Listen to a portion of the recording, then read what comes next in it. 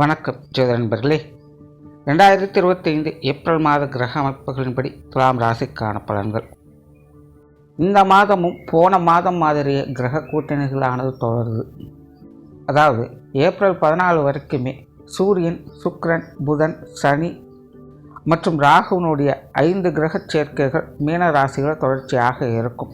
April 14க்கு பிறகு சூரியன் மேச ராசிக்கு பயிற்சியாக அங்கு உச்சமாகறாங்க. செவ்வாய் கடகராசிக்கு பயிற்சியாக அங்கு நீச்சமாகிறார். மாதத்தின் பிற்பகுதிகளில் இந்த 2 கிரகங்களுடைய மாற்றங்களோடு சேர்த்து வழக்கமான கிரக கூட்டணிகள் எப்பவும் செயல்பட்டு இருக்கும். இந்த மாத அமைப்பில் சூரியனும் சுக்கிரனும் உச்ச நிலையிலிருந்து செயல்படுவாங்க. புதனும் செவ்வாயும் நீச்ச நிலையில் செயல்படுறாங்க. புதனும் சுக்கிரனும் ஒன்றாக இருக்கிறதுனால என்னதான் நீச்சபங்க யோகம் இருக்குன்னு மனசு தேர்த்திக்கிட்டாலும் உடன் சனியும் ராகுவும் இருக்கக்கூடிய காரணத்தினால உள்ளுக்குள்ளே கொஞ்சம் குழப்பமும் பதற்றமும் இருக்கத்தான் செய்யுது. ஏன்னா சென்ற மாத பலன்களிலேயே இந்த 5 கிரக கூட்டணிகள் என்பது பல விதங்களையும் மக்களை அலகழிக்கும்னு சொல்லியிருந்தேன்.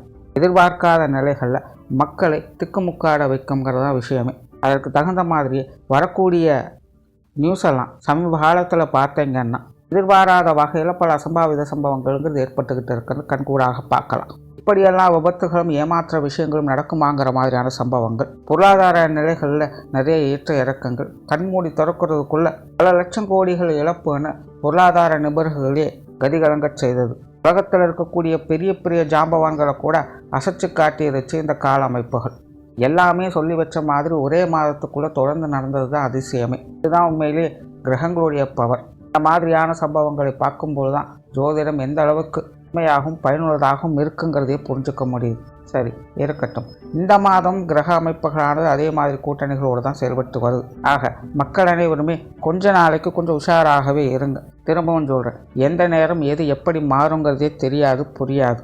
எல்லாமே கண்ணை கட்டி காட்டில் விட்ட நிலைகள் தான். எதையோ தேடி எல்லாரும் எங்கேயோ ஓடிக்கொண்டு இருக்கும். அது மட்டும்தான் இப்போதைக்கு புரிஞ்சுக்கிற நிலையாக இருக்குது. ஆக இது எங்கெல்லாம் போக போகுது, எங்கே கொண்டு போய் நிறுத்த போகுதுங்கிறது கடவுளுக்கு மட்டும்தான் வெளிச்சம். முடிஞ்ச அளவுக்கு சுதாரித்து இருக்க வேண்டியதுதான்.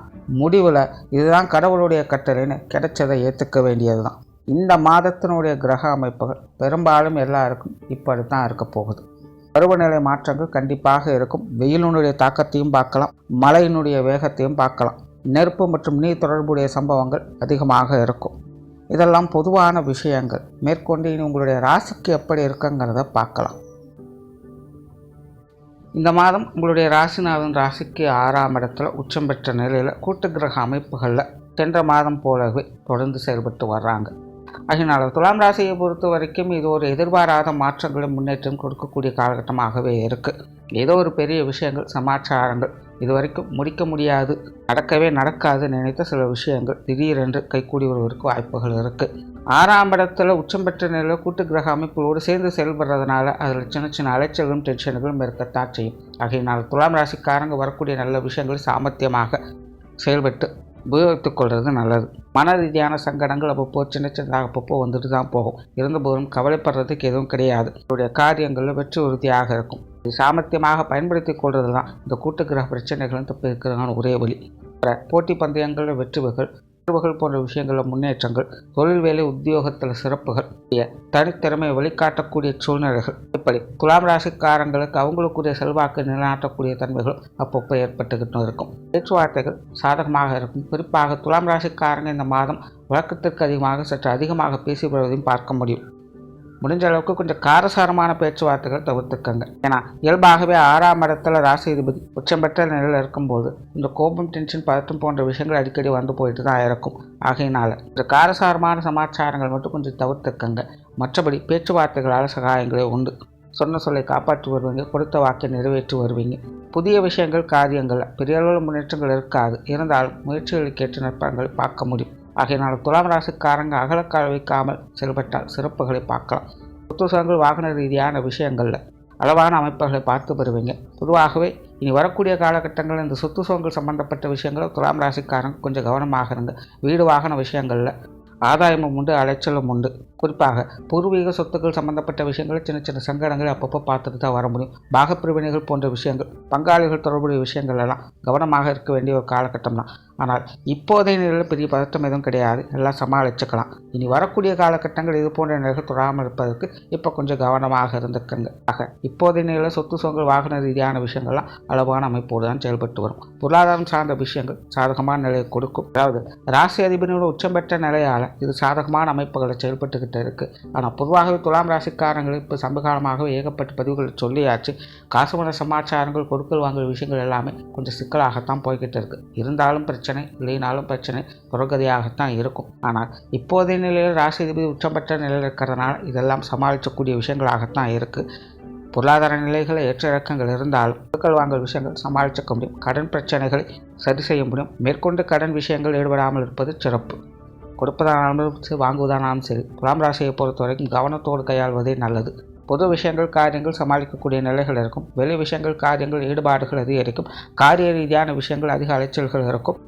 எதிலும் நிதானம் தேவை. அவசரத்தை தவிர்த்துக் கொள்வது நல்லது.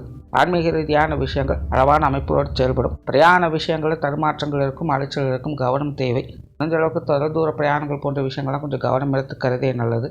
குடும்ப விஷயங்கள் காரியங்கள் சாதகமான நிலைகள் இருக்குது. கடந்த மாதமெல்லாம் குடும்ப விஷயங்கள் காரியங்கள் ஒரு மாதிரியான இக்கட்டான சூழ்நிலைகளையும் மந்தமான சூழ்நிலைகளையும் மனசங்கடங்களுக்கு ஏற்படக்கூடிய சமாச்சாரங்களையும் கொடுத்துட்டு வந்திருக்கும். எடுத்த காரியங்களை முடிக்க முடியாமல் கொஞ்சம் திணறடிக்க வச்சிருக்கும். ஆனால் இந்த மாதம் அமைப்பு பொறுத்த வரைக்கும் துலாம் ராசிக்காரங்களுக்கு குடும்ப வாழ்க்கையானது ஓரளவுக்கு அனுசரணையான நிலைகளில் செயல்பட்டு வரும். தடைபட்டு வந்த காரியங்கள் துரிதமாக செயல்பட ஆரம்பிக்கும். குடும்ப தேவைகளை பூர்த்தி செய்து வரும் செய்வீங்க.